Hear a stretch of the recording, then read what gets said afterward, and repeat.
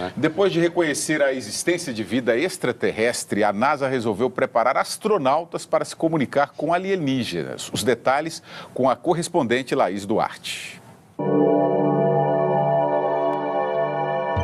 Símbolos, desenhos, imagens misteriosas. Sinais que até hoje são encontrados em vários cantos do mundo. O mais recente foi descoberto no último domingo, em Ipuaçu, oeste de Santa Catarina. Foram feitos numa plantação de trigo. Os mais antigos datam do século XVII. Cientistas defendem que 80% desses agroglifos, como são chamados, são montagens, fraude, mas consideram que 20% são mensagens de outra forma de vida, já que não há marcas da mão do homem. Porém, até hoje, o significado desse fenômeno é um mistério. A NASA acredita que esses desenhos são feitos por aliens como preparação para um futuro contato. Essa teoria está neste livro sobre comunicação extraterrestre da Agência Espacial Americana, lançado há 4 meses. A publicação deixa de lado a astrofísica e explora maneiras de compreender uma cultura fora da Terra. Aborda vários tipos de contato sonoro, visual, ondas magnéticas, símbolos e elementos matemáticos. E insinua que astronautas já estariam recebendo treinamento sobre essas formas de comunicação. Essa é a segunda vez que a Agência Espacial Americana fala em vida inteligente fora da Terra. Para a NASA, essa hipótese deve ser confirmada em, no máximo, 20 anos. Neste encontro em Massachusetts, os cientistas reconheceram a existência de 100 milhões de planetas na Via Láctea com condições de abrigar vida. Imagine a surpresa que teremos quando a raça humana se der conta de que não está sozinha no universo. We may no longer be alone in the universe. Disse Matt Montague, diretor do Instituto de Ciências Espaciais de Baltimore e responsável pelo lançamento de um satélite que vai rastrear extraterrestres. O contato pode estar mais próximo do que se imagina. Há 3 semanas, a imagem de um objeto não identificado na órbita da Terra foi registrada pela câmera acoplada à ISS, a Estação Espacial Internacional, que faz transmissão ao vivo no site da NASA. Diante dos questionamentos, a agência americana desligou a câmera por algumas horas. Para Kathleen Lewis, a curadora do Museu Espacial de Washington, é mesmo uma questão de tempo. Ela conta que telescópios espaciais e satélites rastreiam água e combinações químicas que permitam a existência da vida. Procuram encontrar planetas parecidos com o nosso. E afirma, eu gostaria que encontrassem vida. Em 20 anos, estou convencida disso.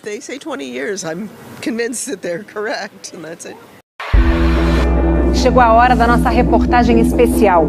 Há 30 anos, objetos voadores não identificados foram perseguidos por aviões caça da Força Aérea Brasileira nas áreas de São Paulo e do Rio de Janeiro. Você vai conhecer agora gravações inéditas desse episódio, que ficou conhecido como a Noite Oficial dos OVNIs. Foi assim que o Fantástico deu a notícia.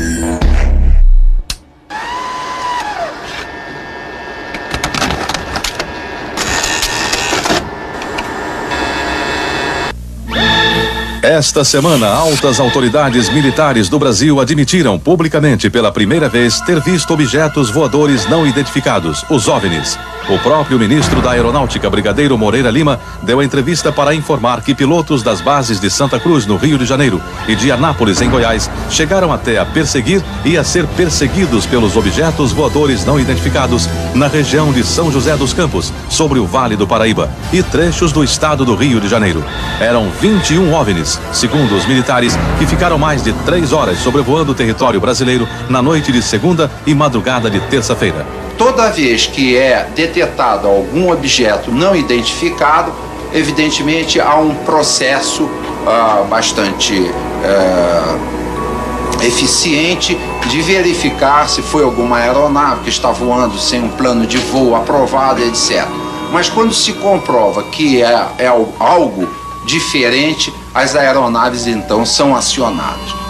O que ocorreu foi que os radares detectaram vários objetos não identificados.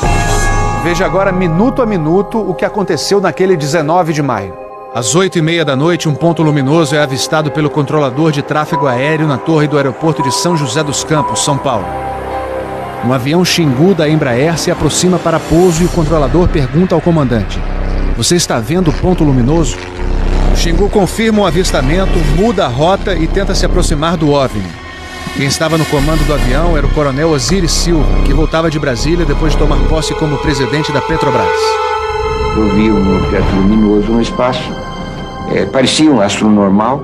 Eu voei na direção dele e após 5, 6 minutos de voo, fiquei com a impressão de que ele começou a esmaecer, perder a intensidade e o brilho. 9h14 da noite. O controle de radar de São Paulo registra sinais sem identificação. 9h20. O controle aéreo em Brasília confirma a presença de objetos voadores não identificados. 10h23. O primeiro jato F-5 decola da base aérea de Santa Cruz, no Rio de Janeiro. Ele carrega armamento de guerra pronto para ser acionado. 10h45. O radar da base aérea de Anápolis, em Goiás, detecta sinais no radar. Um Mirage também armado decola em busca dos OVNIs. 11h15 da noite. O piloto do primeiro F-5 a entrar em ação avista um ponto luminoso e começa a perseguir o objeto voador não identificado. Nosso objetivo justamente era esse, se aproximar e identificar. Nós não conseguimos nem nos aproximar, muito menos identificar. 11h17. Mais um Mirage decola da base de Anápolis para perseguir os objetos. 11h20. O caça F-5 recebe pela primeira vez um sinal no radar de bordo confirmando a presença do objeto não identificado à sua frente. 11h36. O terceiro Mirage sai da base de Anápolis, mas não consegue contato visual com os OVNIs. Naquela noite, 5 jatos da Força Aérea foram acionados e retornaram sem conseguir se aproximar dos objetos. Os radares do Sindacta em Brasília registraram um total de 21 sinais desconhecidos no céu do Brasil. O grande personagem dessa história foi o controlador de voo que estava na torre de São José dos Campos. O sargento Sérgio Mota da Silva, que aparece nessa foto tirada na torre de São José poucos dias depois do incidente, foi quem deu o primeiro alerta sobre OVNIs. 30 anos depois, Sérgio, que hoje é controlador de voo civil, deu a primeira entrevista para uma TV. Ele preferiu não mostrar o rosto. Tem alguma coisa aqui no setor noreste de São José? Um farolzinho, pô, mas...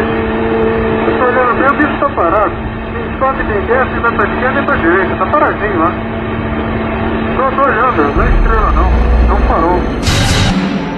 A olho nu parecia um avião. Quando coloquei no binóculo para observar, é que eu vi que ele era extremamente cintilante, multicolorido. Tinha vermelho, azul, branco, lilás, um monte de cores, com uma certa predominância do laranja, mas ele era muito bonito. O controlador pediu ao avião Xingu para tentar avistar o objeto.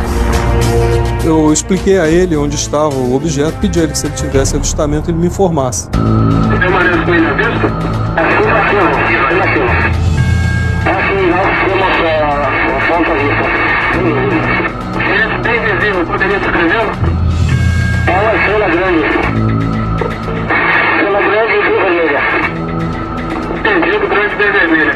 Controle de São Paulo será alertado. O controlador em São José dos Campos avisa ao controle São Paulo que o Xingu está perseguindo o OVNI. Positivo. Ele está perseguindo o troço. Está perseguindo o troço? Tá indo atrás. Sério, tá indo. Controle? Tá vendo? Próximo de São Paulo, já da região do radar, esse objeto simplesmente desapareceu do radar. O Xingu também perdeu contato visual com ele. O avião Xingu abandonou a perseguição e pousou em São José dos Campos. Pouco depois, o controlador da Torre de São José alertou o controle São Paulo. Outros OVNIs estavam aparecendo no céu. Estou vendo 3 agora. São 3 luzes. Mas parecem estrelas. Mas o radar não pega estrelas. O que é isso? Você observa alguma mudança de cor, alguma coisa? Positivo. Tem movimento, né? Tem, rapaz, eu não sei. Pra mim, olha, aqui tá parecendo uma estrela. Mas só que muda de cor bonito, rapaz. Tá vermelho, amarelo, branco. Tá dando um monte de coisa. Pô, tão barato isso aqui. Deve ter uns caras por aqui já pelas contas que eu tô fazendo aqui. Ainda bem que vocês estão vendo também, senão eu ia pensar que eu tô ficando doido. Porra, rapaz, tô arrepiado, meu irmão. Só dos pontos brancos afastados mais baixos. Estão entrando no alinhamento da pista, além da cidade. Tem 2 altos aqui no alinhamento da pista e tem mais uns 2 ou 3 embaixo, do outro baixo agora. Continuam se movimentando. Coisa linda, meu irmão. Pô, tá ficando bom esse negócio, viu? Tá ficando bom. O controlador Sérgio Mota da Silva faz uma revelação surpreendente. Ele tentou fazer contato com os OVNIs usando as luzes de balizamento da pista de pouso.